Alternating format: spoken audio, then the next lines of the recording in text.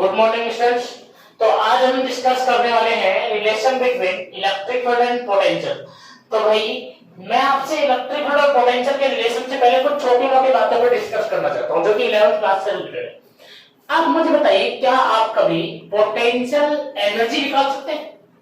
आप कहोगे सर नहीं, पोटेंशियल एनर्जी हम नहीं निकाल सकते। क्यों नहीं निकाल सकते? क्योंकि सर हम हमेशा पोटेंशियल एनर्जी का डिफरेंस निकाल सकते हैं। मतलब ये हुआ कि सर अगर मेरे पास ये m मास का कोई पार्टिकल है और इसको मैं h हाइट तक लेके जाता हूं, तो इसका यहां पर जाकर के जो पोटेंशियल होगा, जो पोटेंशियल एनर्जी होगी वो सर mgh होगी। सर वो mgh इसलिए है क्योंकि यहां पर मैंने रेफरेंस पॉइंट पर कितनी मानी थी? 0।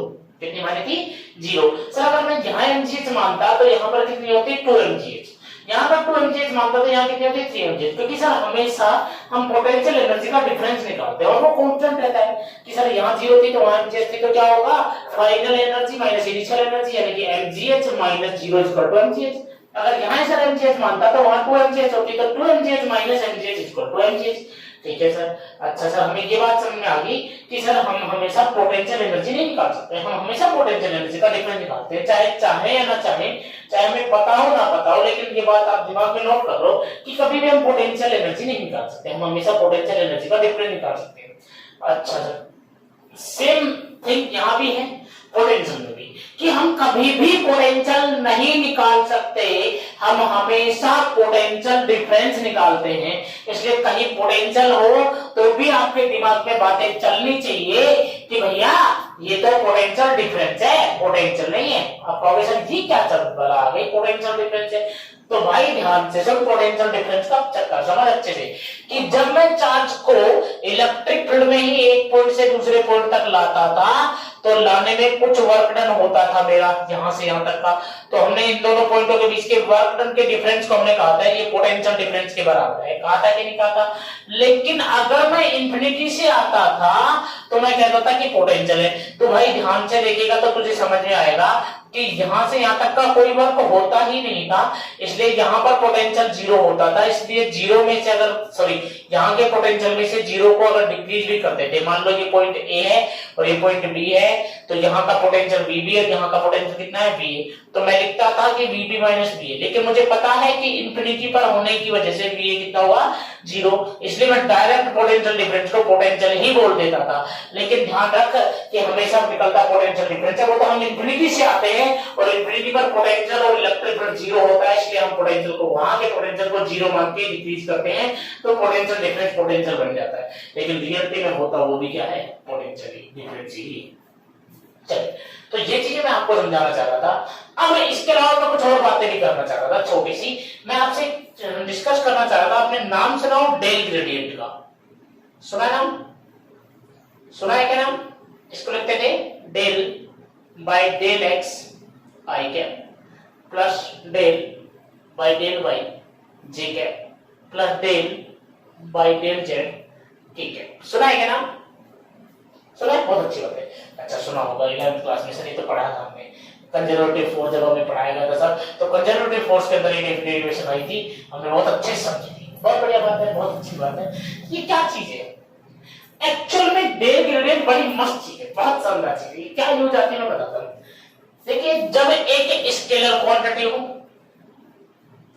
और एक वेक्टर क्वांटिटी हो, एक स्केलर क्वांटिटी और एक वेक्टर, और इनके बीच में रिलेशन बनाना हो, क्या बनाना हो? रिलेशन बनाना हो। और ये रिलेशन होना चाहिए वेक्टर रिलेशन। क्या होना चाहिए? वेक्टर। मतलब ये हुआ कि जब एक अदिश राशि हो, एक सदिश राशि हो और इनके बीच में एक सदिश संबंध बनाना हो, एक क्या बनाना हो? सदिश संबंध बनाना हो, तब क्या करें भैया? तब बड़ी बढ़िया चीजें करते हैं। तो क्या करते हैं? बड़ी अच्छी चीजें करते हैं। वो चीजें क्या होती है मैं आपको बताता हूँ कि भैया जब इस तरह की बातें होती है ना, कि जब कोई स्केलर के साथ में कोई वेक्टर का रिलेशन निकाला जाता है और वो भी वेक्टर रिलेशन, तो वहां पर डेल ग्रेडियंट का यूज होता है। ये डेल ग्रेडियंट ऐसी फिजिकल क्वांटिटी है, एक ऐसा वेक्टर है, ऐसा ग्रेडियंट है, ऐसा संकारक है, हिंदी में डेल संकारक कहते हैं, ऐसा संकारक है जो भैया वेक्टर और स्केलर के बीच में वेक्टर रिलेशन बनाता है। क्या बनाता है? वेक्टर रिलेशन बनाता है। बहुत शानदार चीज है, यानी कि इनके बीच में सदिश संबंध बनाता है। बड़ी काम की चीज है। ठीक है, तो इसको हम निकालने वाले हैं, बहुत अच्छे से हम पढ़ेंगे, चीजों को समझेंगे क्लैरिटी के साथ में, आपको बहुत अच्छे से समझ में आएगी।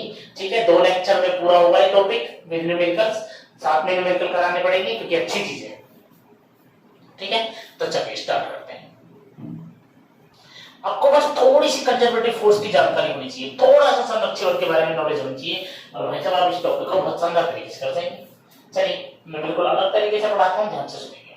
देखिए मैंने कहा था कि अगर मैं कंजर्वेटिव फोर्स के अगेंस्ट ए पॉइंट से बी पॉइंट पे जाता हूं, ए पॉइंट से कहां जाता हूं, बी पॉइंट पे, मान लो यहां पर पोटेंशियल यू है और यहां पर पोटेंशियल यू भी है, तो मेरे द्वारा जो काम किया जाएगा, जो वर्क डन होगा, वो पोटेंशियल एनर्जी के डिफरेंस के बराबर हो जाएगा, पोटेंशियल एनर्जी के डिफरेंस के बराबर हो जाएगा। सोचो कि मैं इसमें बहुत छोटा सा कंजर्वेटिव फोर्स का अगेंस्ट बहुत छोटा सा डिस्प्लेसमेंट लेता हूं, बहुत छोटा सा क्या लेता हूं, डिस्प्लेसमेंट लेता हूं, तो उस सिचुएशन में मेरा फोर्स कुछ हो जाएगा, उस सिचुएशन में मेरी पोटेंशियल एनर्जी भी बहुत छोटी सी आएगी, आएगी कि नहीं आएगी। तो चलिए स्टार्ट करते हैं, उसी पे बात करेंगे बहुत बड़े तरीके से।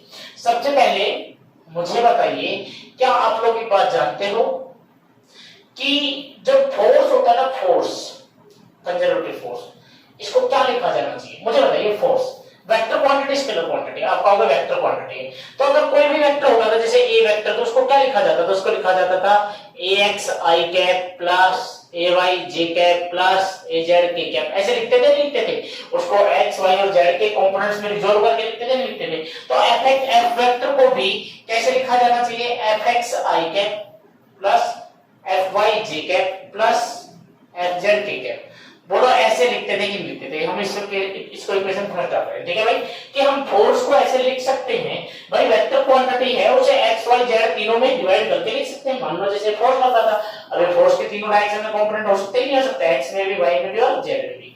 बहुत अच्छा भाई, बहुत अच्छी बात है सर, हमें समझ में आएगी। अब भाई मैं एक बात जानता हूं कि अगर मैं कंजर्वेटिव फोर्स के अगेंस्ट वर्क करूंगा, तो यानी कि मैं एक संरक्षी बल के विरुद्ध कार्य करूंगा, कंजर्वेटिव फोर्स के अगेंस्ट वर्क करूंगा, तो सारा का सारा वर्क मेरा पोटेंशियल एनर्जी की फॉर्मेट में स्टोर हो जाएगा। बोलो हो जाएगा कि हो जाएगा, हो जाएगा। मतलब ये हुआ कि du इक्वल टू, मानो मैं छोटा सा चलता हूं, यहां पर मान लो कि मैं यहां ए से बी तक कंजर्वेटिव फोर्स के अगेंस्ट छोटा सा डिस्प्लेसमेंट ले रहा हूं, dr वेक्टर, कितना ले रहा हूं, dr वेक्टर, और कंजर्वेटिव फोर्स f वेक्टर कितना है, f वेक्टर। तो यहाँ पर जो पोटेंशियल एनर्जी में स्टोरेज आएगा, du जो स्टोरेज होगा, वो किसके बराबर होगा, भाई वर्क के बराबर होगा, यानी कि कितना, f vector dot dr vector, f vector dot dr vector. बोलो होगा कि नहीं होगा, ये बात आप लोग जानते हो नहीं जानते, मुझे बताओ भाई। फोर्स की डेफिनेशन, वर्क की डेफिनेशन क्या होती है, अरे पोटेंशियल एनर्जी की डेफिनेशन क्या होती है भाई, f vector dot dr vector होती है। ठीक है भाई, अच्छा भाई, अब अगेंस्ट है तो इसे लिखा जा सकता है FDR cos 180 डिग्री। क्यों लिखा गया, क्योंकि फोर्स और डिस्प्लेसमेंट दोनों अपोजिट डायरेक्शन में, कंजर्वेटिव फोर्स किधर लग रहा है, हम दूसरी डायरेक्शन में डिस्प्लेसमेंट ले रहे हैं। तो cos 180 की वैल्यू कितनी होती है, cos 180 डिग्री की वैल्यू होती है -1। तो du इक्वल टू क्या लिखा गया, लिखा गया माइनस का f dot dr, f dot dr। बहुत शानदार चीज सर, समझ में आ गई हमें ये बात कि सर du इक्वल टू लिखा जा सकता है f डॉट dr, या फिर मैं कह सकता हूं कि f dot dr equal to minus का du। बात दिमाग में क्लियर है कि नहीं भाई। वर्क की डेफिनेशन से निकाला है, according to work definition. Work क्या होता है, फोर्स इनटू डिस्प्लेसमेंट, या dot product of force and displacement, dot product of force and displacement, f dot dr बराबर माइनस का du, f डॉट dr बराबर माइनस का du। बहुत अच्छा भाई, चलिए अब देखिए, ये तो था dr। अब मुझे नहीं पता कौन सी डायरेक्शन में dr, अब नहीं पता x में, y में, z में। हो सकता है कि ये x में हो सकता है y में हो, या हो सकता है z में हो। तो भाई मैं ऐसा कह सकता हूं, मैं ऐसा कह सकता हूं कि भाई ये ऐसा भी तो हो सकता है fx dot dx equal to minus का du।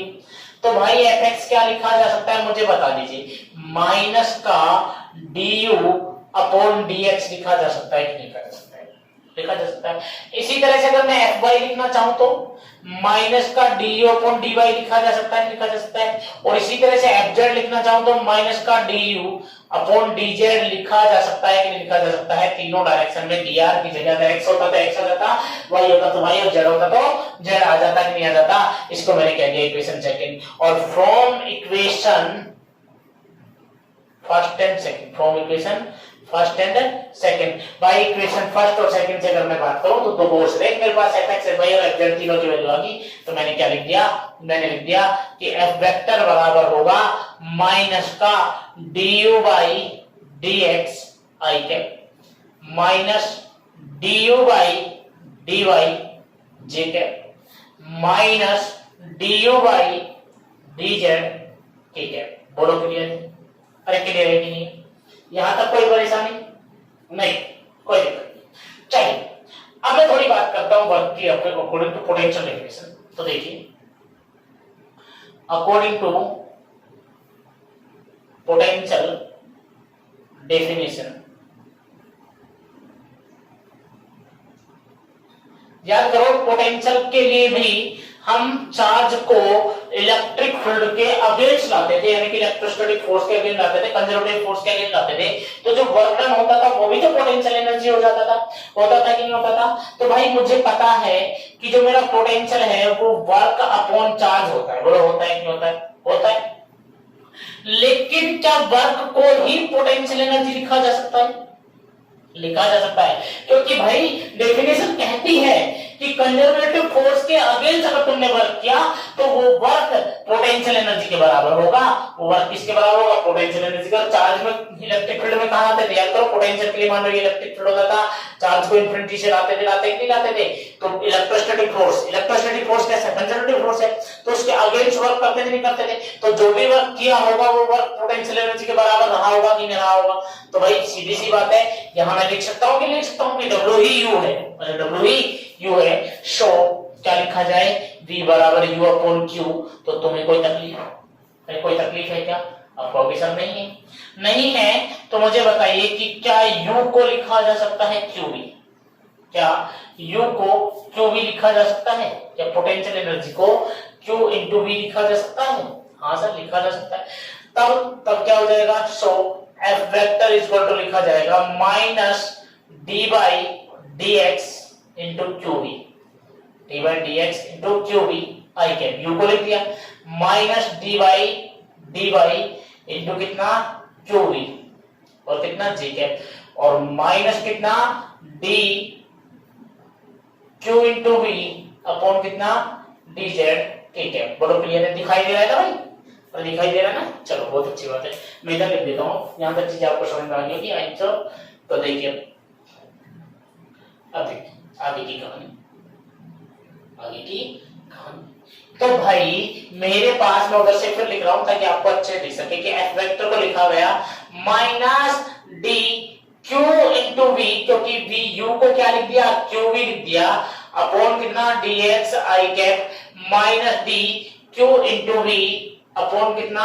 D Y into J cap minus D upon D Z into कितना? क्यू वी इंटू कितना भैया? ठीक है, बहुत अच्छी बात है। यहाँ तक कोई परेशानी नहीं। तो यहाँ तक क्या है? D Q V upon D Z into कितना? K cap. चलिए तो यहाँ तक चीजें क्लियर हुई।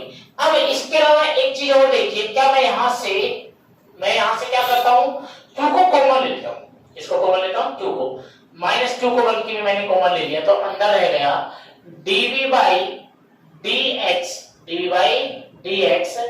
आई cap plus dv by dy into J cap plus dv by dz into कितना? ठीक है, बहुत अच्छी बात है।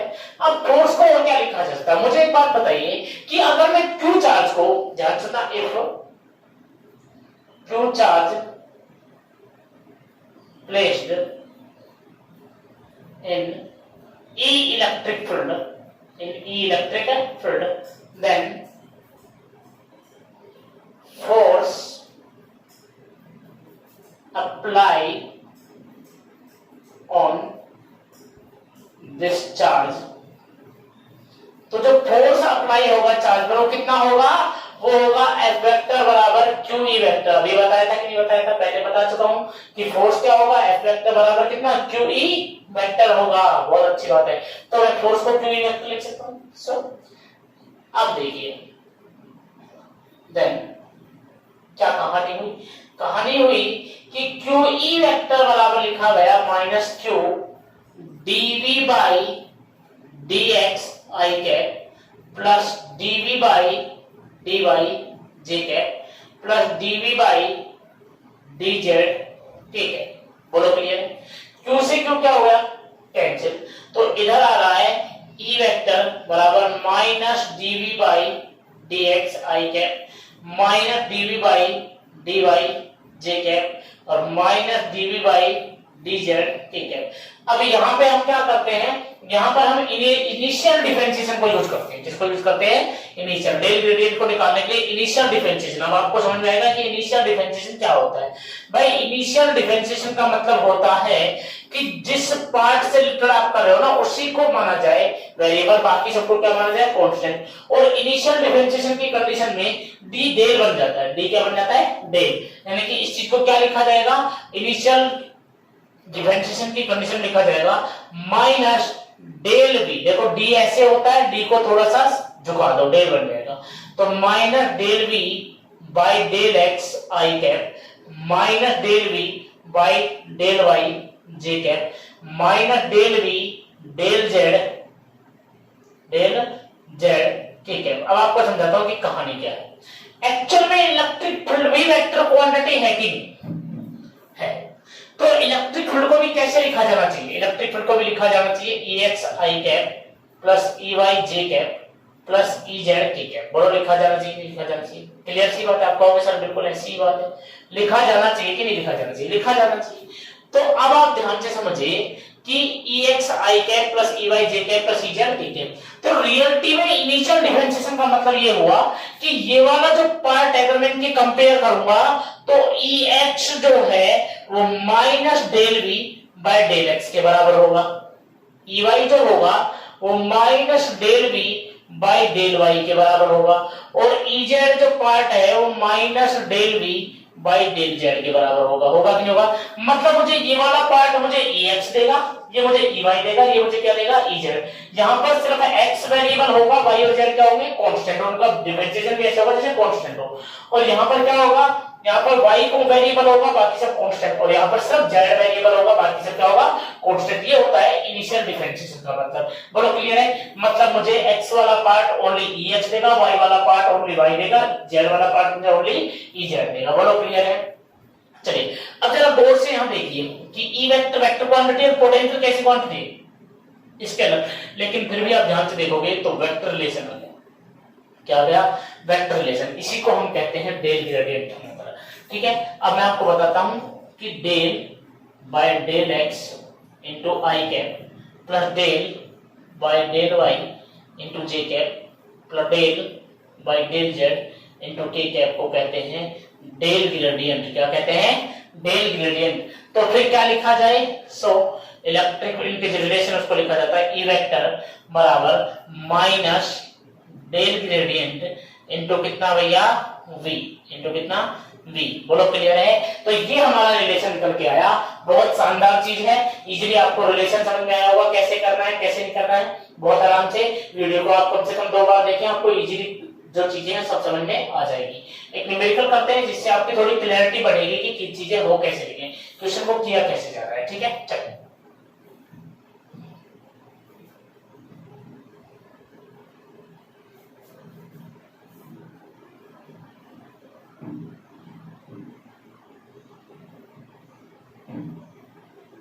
देखिए भाई इस तरह से क्वेश्चन को कर दिया, सुनेंगे अच्छे से।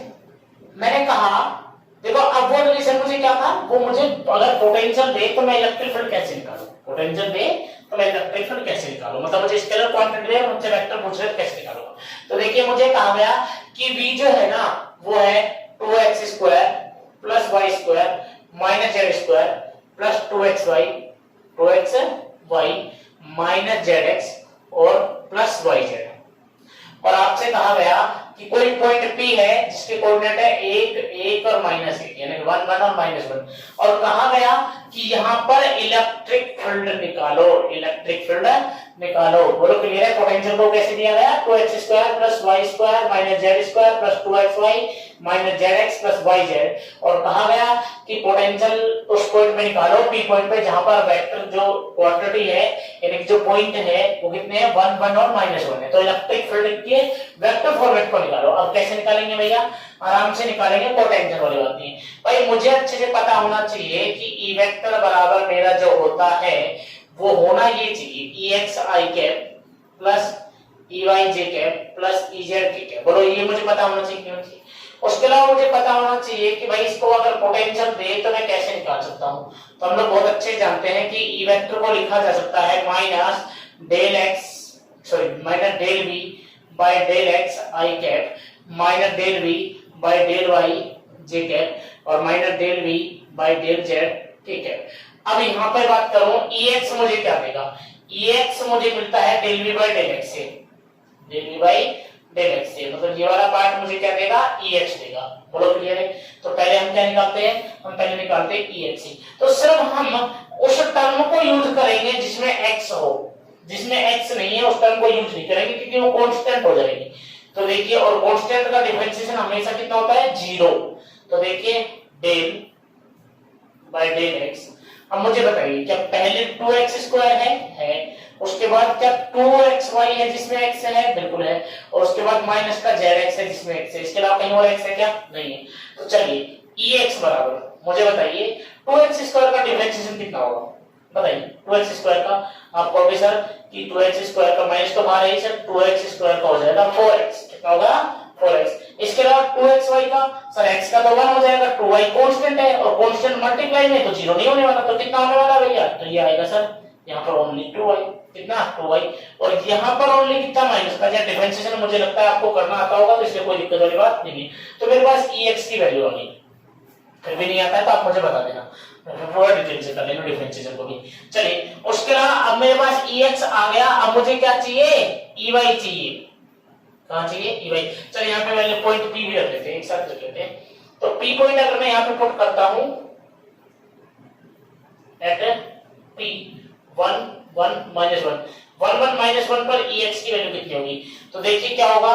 4 x की जगह कितना आएगा? 1 प्लस 2 y की जगह कितना आएगा? 1 और माइनस का क्या होगा? z माइनस का था और उसकी जगह माइनस का 1 आएगा तो माइनस माइनस क्या जाएगा? प्लस का 1 हो जाएगा। हो जाएगा नहीं हो जाएगा? तो मेरे पास कितनी आई वैल्यू? देखिए 4 और 2 कितना? 6 और 1 कितना? 7। तो Ex की मेरे पास वैल्यू कितनी आ गई? माइनस का 7। उसके बाद अब बात करें Ey की, तो Ey कैसे निकलेगा मुझे बताइए? Ey निकलेगा minus del by del y minus del v by del y, अरे minus del v by del y। तो कितना आएगा?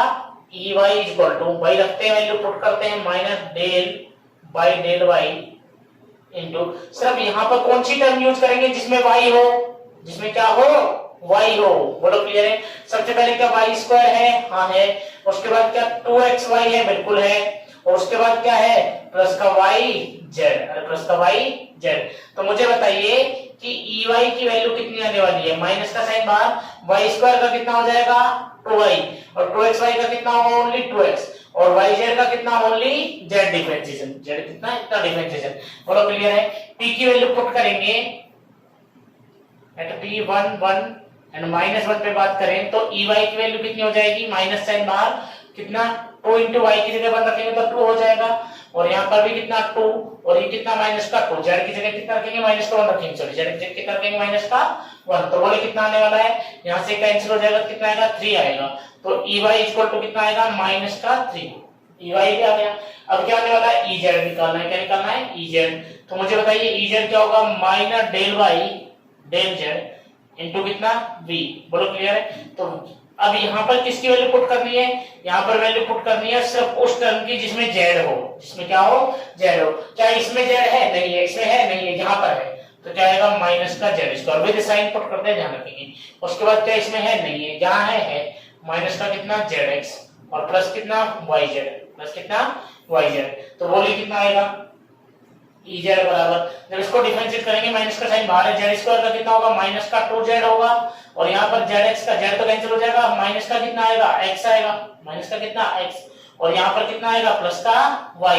तो पॉइंट P पे बात करें, पॉइंट P पे अगर यहाँ पे मैं बात करूं तो पॉइंट P की वैल्यू पुट करते हैं तो ई जेड बराबर कितना आएगा, देखिए माइनस बाहर है तो माइनस का 2 इंटू माइनस का 1, जेड की वैल्यू माइनस 1 रखेंगे क्या हो जाएगा प्लस का 2 हो जाएगा, माइनस का x है तो क्या आएगा माइनस का 1 हो जाएगा, नहीं हो जाएगा माइनस का x है, और प्लस का y है तो यहाँ पर क्या आ जाएगा प्लस का 1 आ जाएगा, 1 से 1 कैंसिल, तो ez की वैल्यू कितनी आ रही है माइनस का 2 आ रही है, माइनस का 2। तो अब मेरे पास सारी चीजें आ गई, तो e वेक्टर बराबर क्या होगा ex i कैप, ex कितना है भाई मेरा, ex कितना आया था माइनस का 7, तो माइनस का 7 i कैप, उसके बाद ey की वैल्यू कितनी आई मेरी माइनस का 3, तो माइनस का 3 j कैप, उसके बाद में ez की वैल्यू कितनी आई मेरा माइनस का 2, तो माइनस का 2 k कैप। तो इस तरह से हम इलेक्ट्रिक फील्ड को निकाल सकते हैं। चीजें क्लियर है भैया, आपको समझ में आई होगी। ये क्वेश्चन आपको घर पे प्रैक्टिस करनी है, देखते हैं आप कितने लोग कर पाते हैं। नेक्स्ट वीडियो में हम इससे रिलेटेड 4-5 क्वेश्चन और करने वाले हैं। तो देखिए क्या होगा, मैंने कहा पोटेंशियल है मेरा, पोटेंशियल है भैया 3x square minus Y square minus 2z square minus 3zx plus zy plus 4yx, ठीक है। पॉइंट P दिया है 1 माइनस 2 माइनस 1, ठीक है भाई। क्या निकालना है, इलेक्ट्रिक फील्ड निकालना है, ठीक है भाई। आपको करना है क्वेश्चन, घर पे प्रैक्टिस करेंगे, ठीक है भाई। मिलते हैं नेक्स्ट वीडियो के अंदर, चल तब तक अपने घर में रहिए, वीडियो को लाइक कीजिए, शेयर कीजिए और चैनल को सब्सक्राइब कीजिए। अपने दोस्तों को कहिए जिन्होंने चैनल सब्सक्राइब नहीं किया चैनल सब्सक्राइब करें, ताकि और बेल आइकन को दबाएं ताकि आपको वीडियो डलते ही आपको सबसे पहले नोटिफिकेशन मिल सके।